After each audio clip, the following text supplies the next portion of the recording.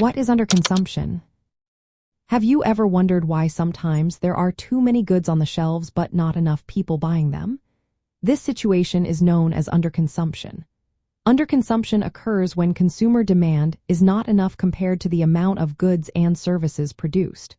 When consumers do not spend enough, it leads to an excess supply of products.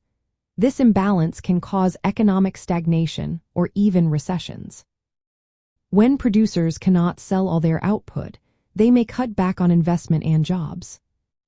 From a socialist viewpoint, underconsumption is closely tied to capitalism.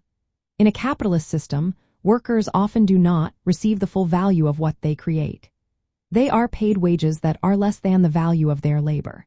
This wage suppression limits how much workers can spend, meaning they cannot buy back all the goods they help produce. Since workers make up the majority of consumers, their limited purchasing power leads to a consistent shortfall in demand. This issue is not just a coincidence. It is a structural feature of capitalism. The extraction of surplus value, or profit taken from workers' labor, is built into the system. Because workers earn less than the value they generate, there is a constant tendency for demand to lag behind supply. This creates a contradiction. Capitalism relies on increasing production and profits but restricts most people's ability to consume enough to sustain that production. Karl Marx included underconsumption in his analysis of capitalist crises. However, he believed that underconsumption alone does not fully explain the cycles of capitalism. It is a constant condition rather than a changing factor. Crises happen when other elements disrupt the balance, such as overproduction or financial instability. Still, underconsumption reveals a key weakness.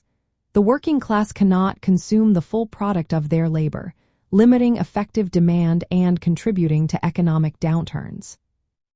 Socialist thinkers like Rosa Luxemburg expanded on the ideas of underconsumption, connecting them to imperialism and the concentration of capital, which further limits mass consumption.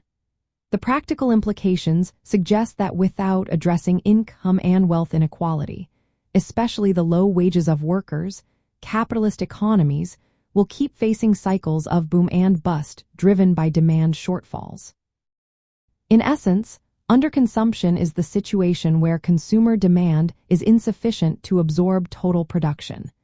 It is rooted in the exploitation of labor within capitalism, which restricts workers' purchasing power.